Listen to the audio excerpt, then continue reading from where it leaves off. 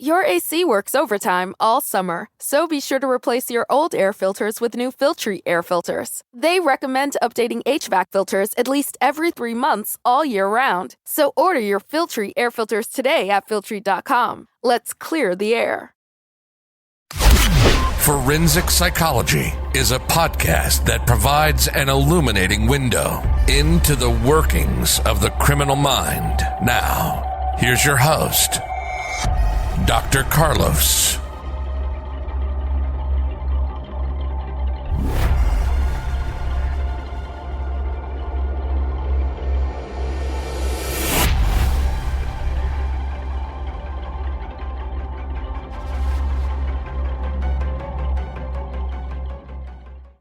Welcome, everybody. Today we're going to be looking at characteristics of robbery patterns and the actions of the suspects during the crime and the type of victim or place and what they all mean. So although the same robbery offender may commit crimes in different ways, those crimes are more difficult to link as patterns.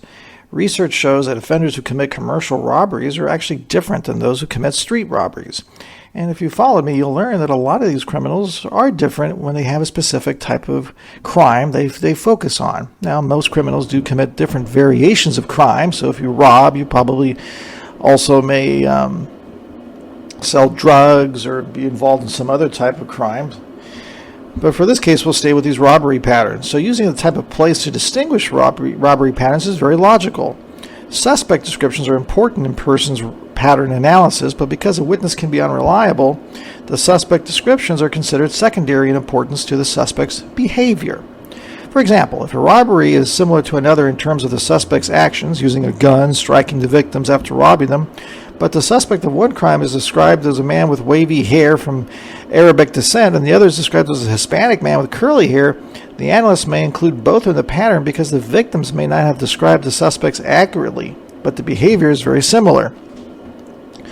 Although robberies at commercial locations are not as likely to be identified through proximity of the incidents, because the businesses themselves are typically spread throughout a community, two Best Buy stores are not likely to be located right next to one another, for instance. Proximity is relevant, though, in street robbery patterns where offenders may be targeting people in areas familiar to them. This is called the crime pattern theory. So even within one type of crime, the key characteristics might be somewhat different. Finally, the use of a vehicle in a robbery makes proximity less important because of the offender's ability to travel and get away after committing the crime. You've probably seen this if you listen to our other podcasts, Inside the Criminal Mind, where we talk about serial killers. And they'll do this as well, and other podcasts we've done here on organized and disorganized killing. This is why some robbery patterns overlap jurisdiction boundaries.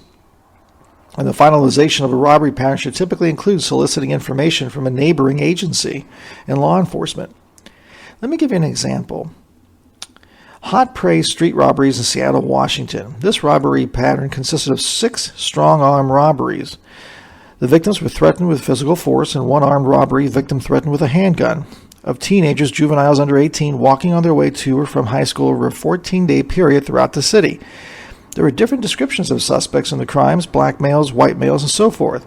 So the pattern is not a series. It is what they call a hot prey because the victims were similar in that they were either male or female students walking alone to or from school.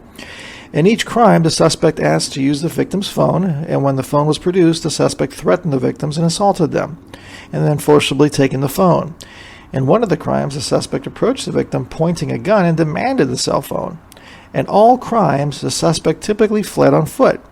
A backpack and money were taken in separate incidences.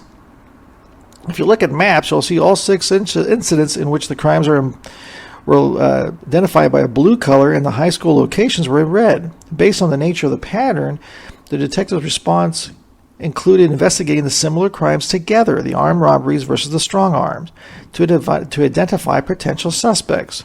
The pattern could then be released to the media to provide parents crime prevention information and to solicit additional information from eyewitness accounts. Police officers could also conduct directed patrols within a walking distance from the high school before and after. So this is just one example of how it can happen when they start mapping these crime patterns of these individuals. Thanks for listening, everybody. In South Dakota, we're looking forward to exploring new roads and wide open spaces. When you're ready to travel, go great places. Learn more at travelsouthdakota.com. Have you been to Express lately? People can't get enough of their clothes. They're like instant confidence boosters. The jeans come in a temp control fabric that keeps you comfortable no matter the weather. And the t-shirts, hands down, they'll feel like they're made of the softest fabric you've ever worn. And get this, the suits have stretch and look sharp. Like, what? How do they do that? Everyone's raving about the newest looks from Express. Just check out the 5-star reviews. See for yourself and shop the latest at express.com and in stores.